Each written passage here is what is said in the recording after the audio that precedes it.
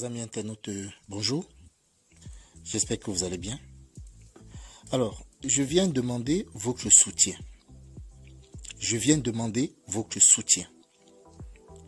J'ai très rarement demandé le soutien de mes abonnés.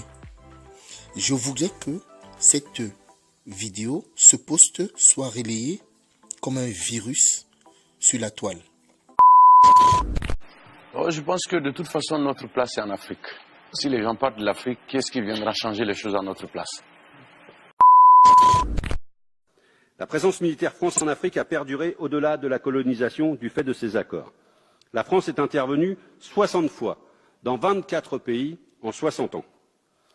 Pour le plus grand bien des potentats africains et pour la préservation des ressources naturelles jugées indispensables à l'économie française. C'est ça, la France-Afrique.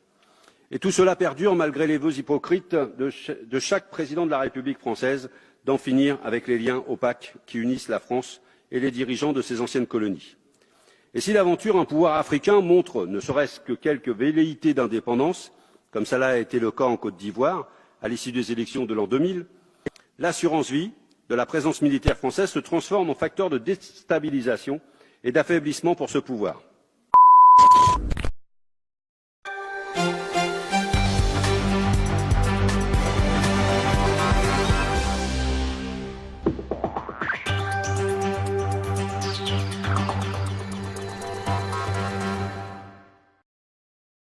Chers amis internautes, bonjour.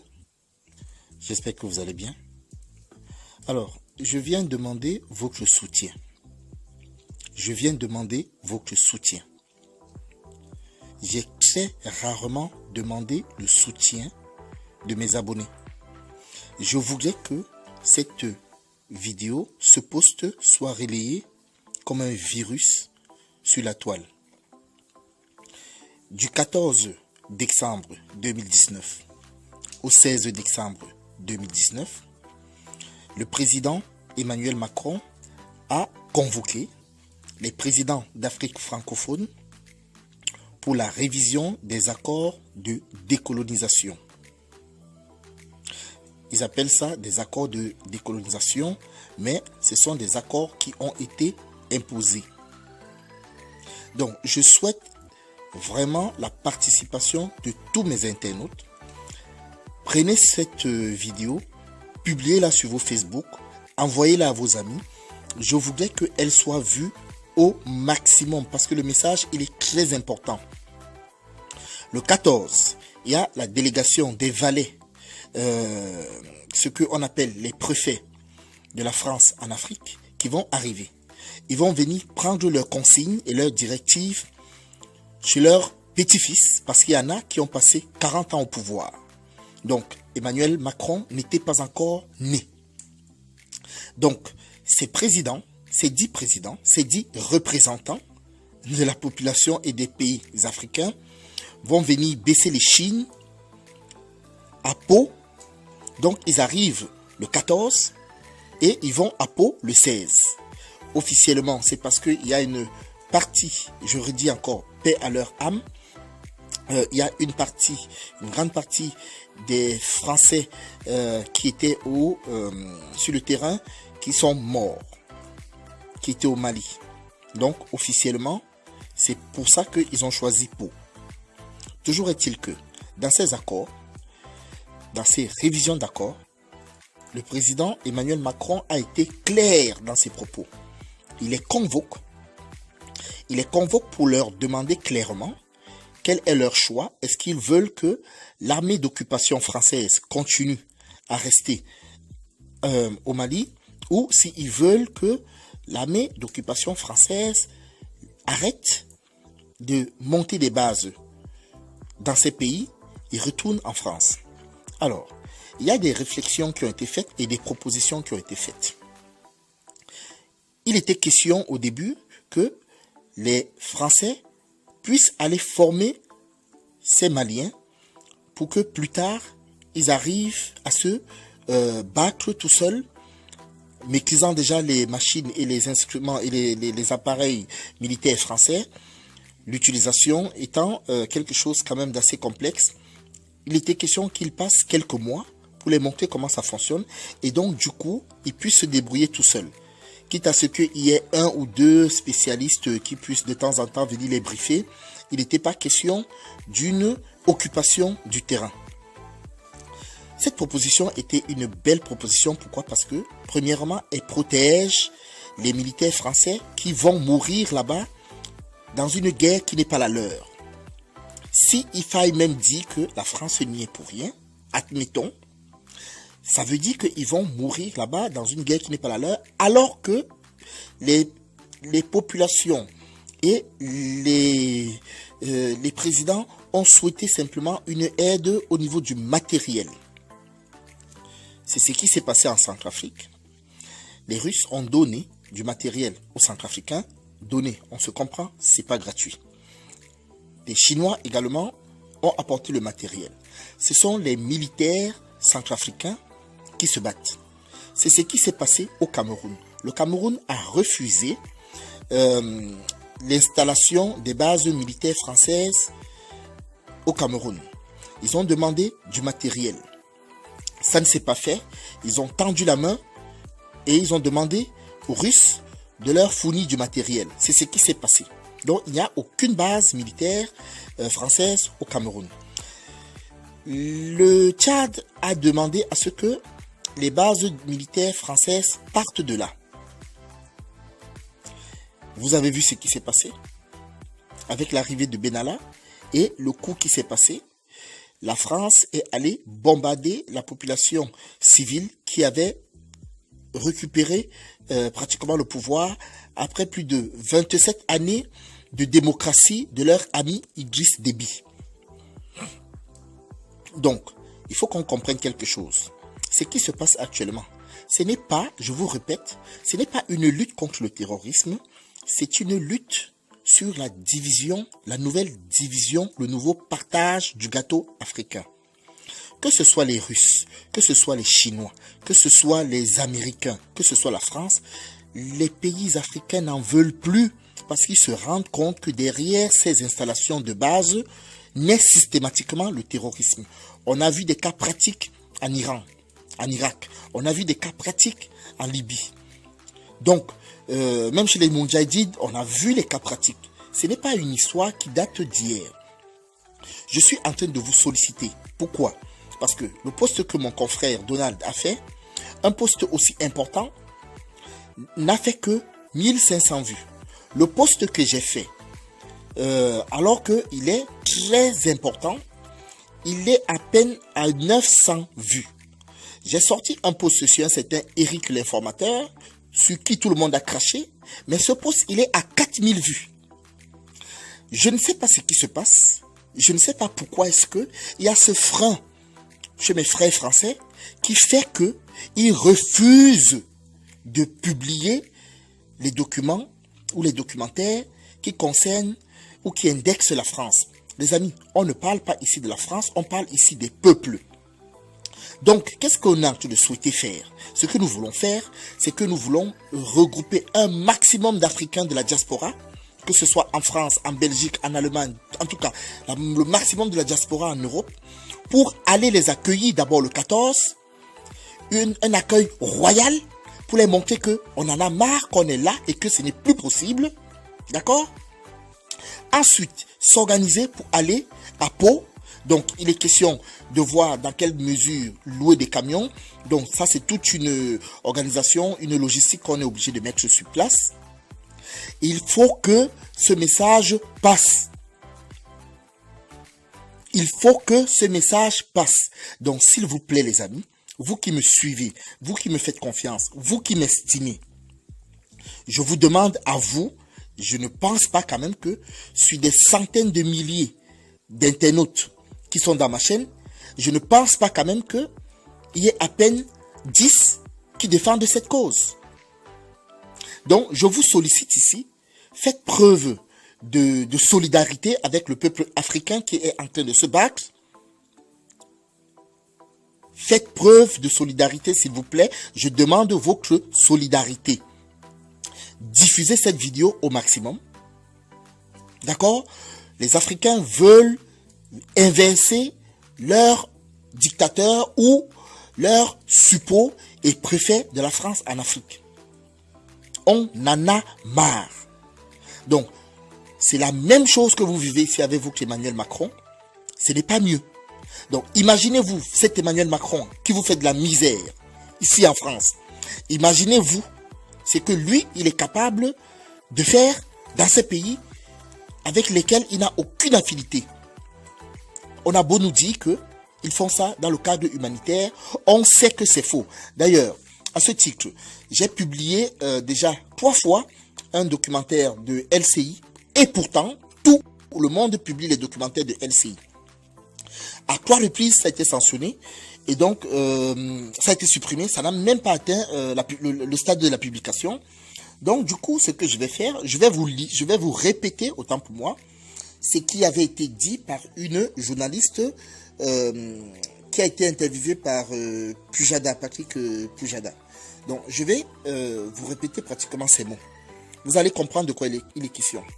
Alors, elle parle du SOFA. Les SOFA, c'est des accords sur les statuts des forces militaires. Et ce SOFA est signé entre la France et le Mali. Il spécifie, il régule la convention qui est censée y avoir entre les militaires français et l'État malien, ou entre l'État malien et la France.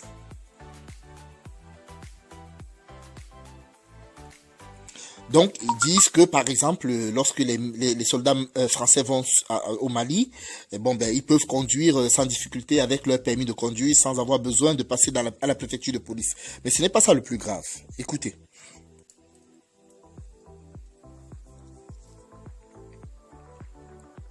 Donc, ils nous apprennent également que lorsque la France entre en guerre au Mali, elle signe des contrats. C'est-à-dire que cette histoire de « on va aider le Mali », en fait, ce sont des contrats que la France signe. Ces gens payent la France pour aller intervenir là-bas. Ce n'est pas tout.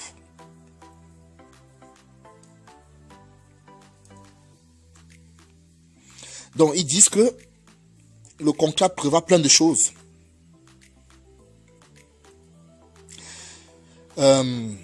Attendez. Alors, elle parle d'un article qui l'a davantage étonné, l'article 9. Je vais vous dire ça tout de suite. J'essaie de faire avancer le truc rapidement. Donc,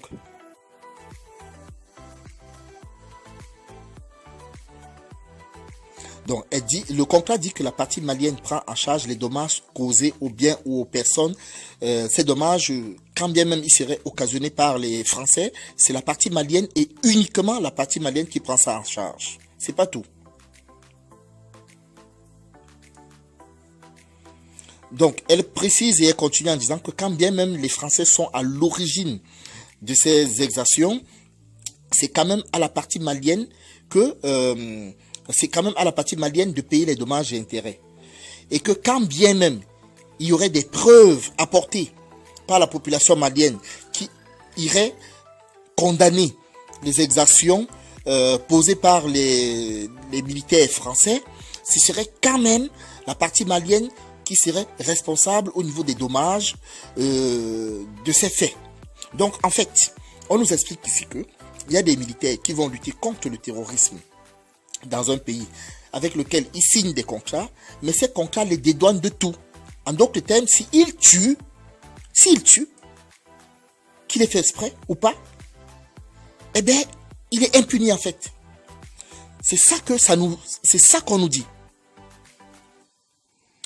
Et donc, les populations, à défaut de démontrer que, quand bien même ils auraient démontré à défaut, c'est un bien grand mot, quand bien même ils auraient démontré que les exactions ont été faites par l'armée française, ces personnes resteront impunies. C'est exactement ce qui s'est passé en Côte d'Ivoire. Vous ne vous êtes pas posé la question pourquoi est-ce que les populations et les victimes, parce qu'il y avait aussi les victimes dans le camp français lors du bombardement de Bouaké. Vous ne vous êtes pas posé la question pourquoi depuis plus de 15 ans, cette histoire n'a pas trouvé une solution. 10 ans autant pour moi. Pourquoi est-ce que cette histoire n'a pas trouvé de solution? Pourquoi est-ce que les documents sont toujours classifiés? Voyez-vous? C'est une histoire sur laquelle on accusait le président Laurent Gbagbo d'avoir bombardé une base militaire française pour justifier d'aller attaquer Laurent Gbagbo. Donc, en d'autres termes, la France avait fait bombarder ses propres militaires et est allée et a pris ça comme excuse pour justifier l'attaque et la guerre contre la Côte d'Ivoire. Je pense que c'est assez clair. Donc, les amis, je vous redemande quelque chose. Je n'ai pas pour habitude de vous demander des faveurs. Du 14 au 16, on va accueillir nos chefs d'État comme ils le méritent. D'accord? Il faudrait que le maximum de la diaspora africaine en Europe soit au courant. Donc, diffusez-moi cette vidéo au maximum. Je vais vous mettre un documentaire d'un député français à l'Assemblée française. Donc, on ne pourra pas dire que ce sont des fake que je suis en train des fake news que je suis en train de diffuser, qui vous dit exactement ce que je suis en train de vous expliquer là. Ça ne date pas d'aujourd'hui. On en a marre. Je ne peux pas comprendre que des personnes qui sont informées de cette situation se taisent. En fait, j'ai l'impression que la population française est complice. Excusez-moi, je vous le dis sincèrement, je suis très étonné que les posts que je diffuse, quand ça concerne les gilets jaunes, quand ça concerne la France, ça fait un carton. Mais dès que ça concerne l'Afrique, et ce n'est pas la première fois que je fais cette remarque, dès que ça concerne l'Afrique, j'ai l'impression que les gens fuient ça comme de la peste. Donc, s'il vous plaît, me voici qui revient une fois de plus vers vous. Je vous demande de diffuser cette vidéo, qu'elle fasse effet d'un virus sur la toile. Je vous remercie, je vous souhaite une très bonne soirée, je vous aime. Je vous demande pardon si j'ai eu un peu le ton guerrier ou autoritaire. Ce n'est pas mes intentions, je me rends compte là, mais c'est parce que c'est quelque chose qui me tient énormément et qui tient énormément les Africains à cœur. On en a marre, on en a marre. Je vous souhaite une très bonne soirée, je vous remercie, je vous aime. Bisous, bisous, ciao, ciao. La présence militaire française en Afrique a perduré au-delà de la colonisation du fait de ces accords. La France est intervenue 60 fois dans 24 pays en 60 ans. Pour le plus grand bien des potentats africains et pour la préservation des ressources naturelles jugées indispensables à l'économie française. C'est ça, la France-Afrique. Et tout cela perdure malgré les vœux hypocrites de chaque président de la République française d'en finir avec les liens opaques qui unissent la France et les dirigeants de ses anciennes colonies. Et si l'aventure un pouvoir africain montre ne serait-ce que quelques velléités d'indépendance, comme cela a été le cas en Côte d'Ivoire à l'issue des élections de l'an 2000, l'assurance vie de la présence militaire française se transforme en facteur de déstabilisation et d'affaiblissement pour ce pouvoir. À ce sujet, permettez-moi de vous interroger sur le rôle exact de la France dans le bombardement de Bouaké en 2004 et des événements qui s'en sont suivis, Madame la Ministre. Je note à ce sujet que dans la procédure concernant le bombardement, la juge d'instruction Sabine Kéris demande le renvoi des ministres de l'époque, Dominique de Villepinte, Michel Alliot-Marie et Michel Barnier devant la Cour de justice de la République. Avons-nous affaire à une barbouzerie qui a mal tourné et qui, cette fois-ci, mêlerait le sang de nos soldats avec celui des citoyens ivoiriens? Comptez-vous ouvrir les archives pour qu'enfin éclate la vérité dans cette affaire? Toutes ces méthodes sont d'ailleurs les racines de l'image déplorable de la France sur le continent africain et la raison de notre manque de crédibilité en Afrique. Avec le passé, qui est le nôtre, c'est le principe de non-ingérence qui devrait être la ligne de conduite pour notre pays, qui, parmi d'autres, a commis les pires crimes et les pires horreurs sur le continent africain. Il lui a pillé ses habitants, ses ressources, son argent. Et cela continue depuis des décennies. Il faut que cela cesse. Ce n'est pas le chemin que prend la présidence de Macron. L'habitude coloniale de la France est encore largement préservée dans certains pays d'Afrique, comme nous avons pu le voir encore en 2019 au Tchad, à Djibouti ou en Côte d'Ivoire, pour ne donner que 3 exemples. On a pu remarquer en effet de très fortes rémanences de ces principes france-africains au Tchad, où l'armée française a bombardé en février dernier une colonne de véhicules appartenant à des opposants au dictateur tchadien Idriss Déby. Ce chef d'État zélé est protégé contre toute logique par la France, qui le remercie en lui permettant de rester à son poste sans être dénoncé alors qu'il y était depuis 1990. Un pays comme le nôtre peut-il se permettre de protéger un homme qui dirige un État comme s'il était sa propriété et qui n'hésite pas à supprimer ses opposants, à pratiquer la torture à pratiquer les enlèvements. Nous sommes toujours dans l'attente de précisions sur ce dossier. Peut-être est-ce inavouable. Nous continuerons à demander des comptes. Mais le Tchad n'est pas le seul pays à être encore sous protection française. Comme le dit son chef d'État Ismaël Omar Guelleh, malgré les changements dans la région, rien ne bouge à Djibouti. Lorsqu'il s'agit de faire des petits gestes pour Djibouti, l'État français ne se prive pas.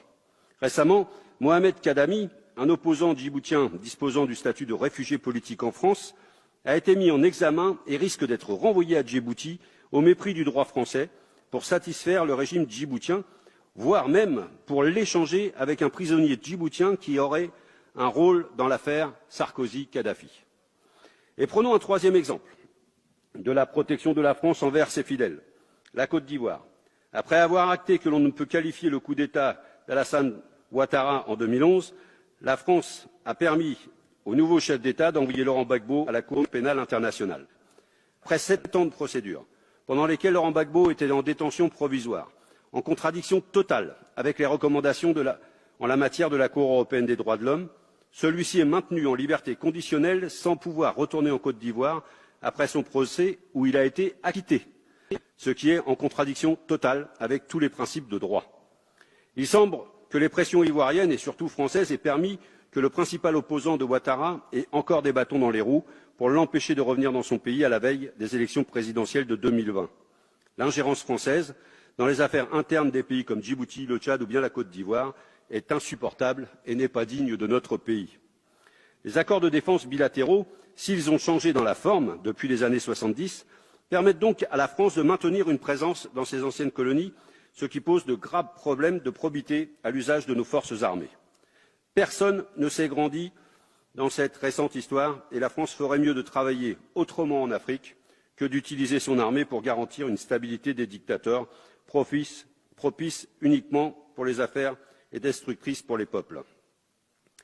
Et ce qui se voit lorsqu'il s'agit de la France-Afrique, c'est que la France pratique un système de 2 poids, 2 mesures, qui n'est pas tenable sur le long terme. Par exemple, en ce qui concerne le massacre de Douéké, en Côte d'Ivoire, dont des commémorations ont eu lieu hier, de plusieurs milliers de personnes par les partisans de l'actuel président Alassane Ouattara, l'armée française n'est pas intervenue. Par contre, lorsqu'il s'agit d'Idriss Déby, et lorsqu'il demande à la France d'attaquer ses opposants, nous fonçons les bombarder, tandis que lorsqu'au Mali, une attaque fait près de 160 morts dans un village, la France ne bouge pas. Pourtant, nous avons signé un accord de coopération en matière de défense entre la France et le Mali, qui a été ratifié en 2015. Que ferait la France? Pourquoi a-t-elle été si rapide à attaquer les opposants tchadiens? Pourquoi elle ne réagit pas lorsqu'il s'agit de massacres de Maliens ou d'Ivoiriens? Pourquoi la France s'entête dans une stratégie au Mali qui est en échec? Je pense que le gouvernement se ferait fort de nous éclairer sur cette situation et de revenir sur ce qu'a récemment dit la ministre des Armées, Florence Parly. Je la cite. Serons-nous amenés à intervenir chaque fois qu'on nous le demande? Non, répond-elle. La décision relève in fine de l'appréciation du président de la République. En l'espèce, il n'était pas souhaitable qu'un pays fortement contributeur à la lutte contre le terrorisme et présent sur d'autres fronts soit déstabilisé avec une conséquence ultime, une augmentation de nos engagements en OPEX. C'est dit. Deuxièmement, ceux qui ont imposé au Mali cette situation, les acteurs du complot. J'ai vu récemment un général à la retraite français qui a parlé. Tout le monde s'est ému au Mali, il y a des politiciens qui se sont mis à le critiquer. Mais ces politiciens, pourquoi ils n'ont pas parlé lorsque des officiels français ont parlé? Alain Juppé, c'était le ministre des Affaires étrangères de Nicolas Sarkozy. Nous, on a été fouillés dans les archives. Il a dit qu'il est venu ici, sa dernière mission en Afrique, il est venu en 2012, pour dire à ATT il faut donner l'autonomie aux Touaregs. Ce que je vous dis est documenté. Hein. Moi, je ne fais pas de la propagande ou de la diffamation. C'est documenté. Il est venu dire à ATT de donner l'autonomie aux Touaregs. Quels Touaregs? Les gens qu'ils ont amenés de Libye. Quand le ministre des Affaires étrangères de Russie lui a dit, mais il a dit à Laurent Fabius après, mais les gens qui terrorisent les Maliens, c'est ce que vous avez amené de Libye après avoir cassé la Libye. Il dit, ah, vous savez, c'est la vie. Ça, c'est documenté. C'est la vie. Vous amenez le malheur dans notre pays et vous dites que c'est la vie. Elisabeth Guigou, c'est la présidente de la commission des affaires étrangères. Elle est socialiste, elle n'est pas de droite. Il y a une citation que j'ai dans mon livre. Elle dit qu'il faut mettre un plan d'autonomie du nord du Mali. Jean-Yves Le Drian était ministre de la Défense quand on a signé l'accord d'Alger le 15 mai. Le lendemain, il a donné une interview sur RFI. Il dit que les gens du nord et du sud ont tout fait pour vivre ensemble. Ils ne peuvent pas vivre ensemble. Ça, c'est des officiels. Donc, la stratégie de préparer l'opinion nationale et internationale à la partition du Mali est orchestrée. Qu'est-ce que nos dirigeants disent? Ils se taisent. Pendant ce moment, on les flatte, le Mali, l'exemple de la démocratie, on parle le latin, le grec pour nous impressionner, pour dire qu'on connaît l'histoire de la France. C'est là qu'il faut protester. On dit le Mali, c'est la grande croissance économique. On est en train de nous tuer. On mange la croissance. La résolution des Nations Unies 2085, qui a été votée le 12 décembre 2012, à la demande du gouvernement malien qui a introduit une demande en septembre 2012 à l'ONU, à travers l'Union africaine, pour demander une intervention étrangère. Ils ont créé la MISMA, avec une force d'attente de 3000 hommes, où les Africains devenaient se donner la main pour libérer le Mali. Qui les a empêchés? Le premier qui a protesté, c'est le ministre français des Affaires étrangères, Alain Juppé. Il dit que 3000 hommes, c'est trop par rapport à 500 indépendantistes. On a saboté la MISMA, on a saboté la force d'attente. Lorsque l'échec était devenu patent, on a créé la MINUSMA avec la résolution 2100 d'avril 2013. On a créé la MINUSMA. Ce qu'on a refusé de donner à la MISMA, on a transféré à la MINUSMA. À la place de la force d'attente, on a mené les forces étrangères sur notre territoire.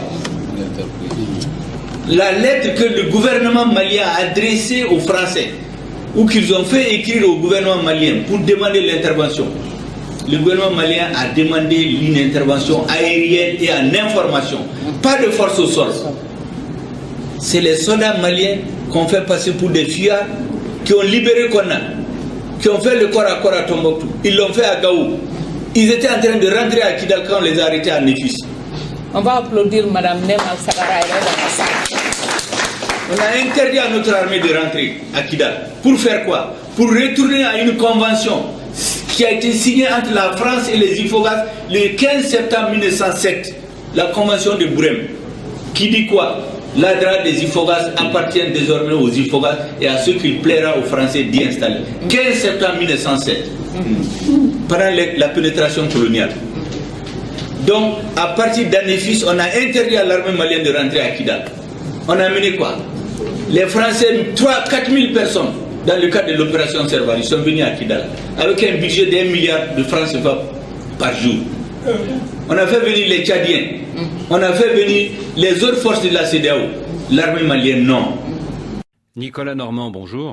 Bonjour. Pourquoi dites-vous que la France a manqué l'occasion, en 2013, de neutraliser, de désarmer tous les groupes armés du Nord Mali? Pourquoi dites-vous qu'elle a ajouté du désordre au désordre? Effectivement, je suis assez critique sur cette opération. Sur le principe, l'opération Serval de janvier 2013 était une excellente opération, c'est-à-dire il fallait empêcher les différents groupes djihadistes réunis de déferler vers le sud, éventuellement vers Bamako. Le problème, c'est que la France a cru ensuite distinguer des bons et des mauvais groupes armés. Certains qui étaient perçus comme politiques et d'autres qui étaient perçus comme terroristes. Et l'armée française est allée rechercher ce groupe, c'était le MNLA à l'époque, ces séparatistes Touaregs, d'une tribu particulière qui était minoritaire au sein même des Touaregs, les Iforas. Les Iforas. Et ce groupe, on est allé le chercher et on lui a donné la ville de Kidal. Et ensuite, ultérieurement, il y a eu les accords d'Alger qui mettent sur une sorte de piédestal ces séparatistes à égalité en quelque sorte avec l'État. Alors ça, c'est une erreur importante. Alors, vous constatez notez comme tout le monde que l'accord d'Alger de 2015 n'est pas appliqué, notamment au niveau du désarmement. Et vous dites que les groupes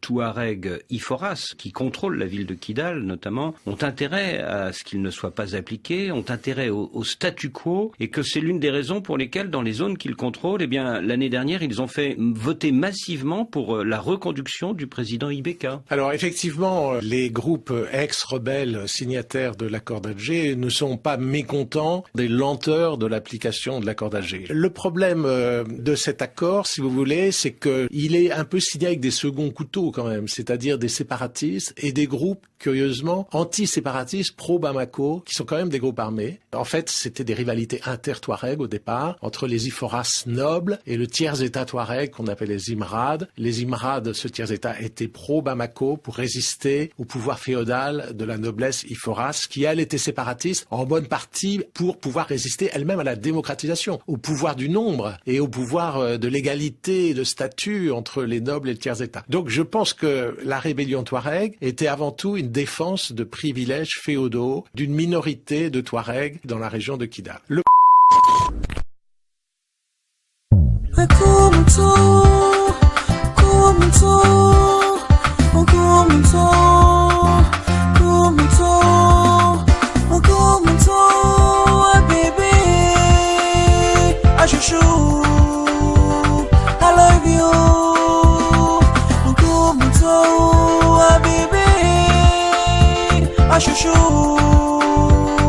I need you.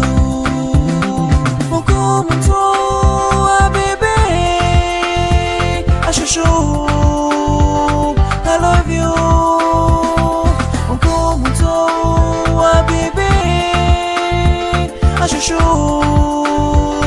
I need you. Madingo wa neme. Pani bono. Le monto manjala na mama be. Veda makowong. No machuno numbone ala mekilibie. Le monto manjala na mama be. Alo munga ko. No machuno ne samena te kabielo. Wakile malamo. Edinye na jungwe ya buru bye. Nadine ndo. Moro lala sitimpi. Obili malamo, angona yala mako ulong. Nadino, watili malamo. Mukumunto, baby, ashushu, I love you. Mukumunto, baby, ashushu, I need you.